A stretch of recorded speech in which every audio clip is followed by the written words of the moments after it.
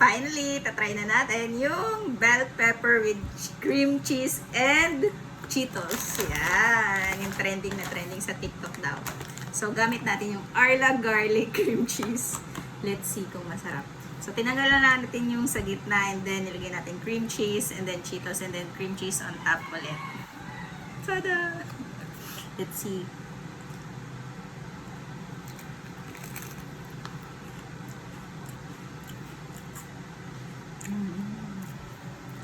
Masarap! Gagi! Tikim. Masarap! Approve!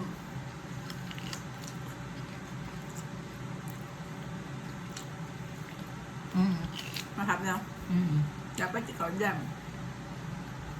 Masarap yan. Bye!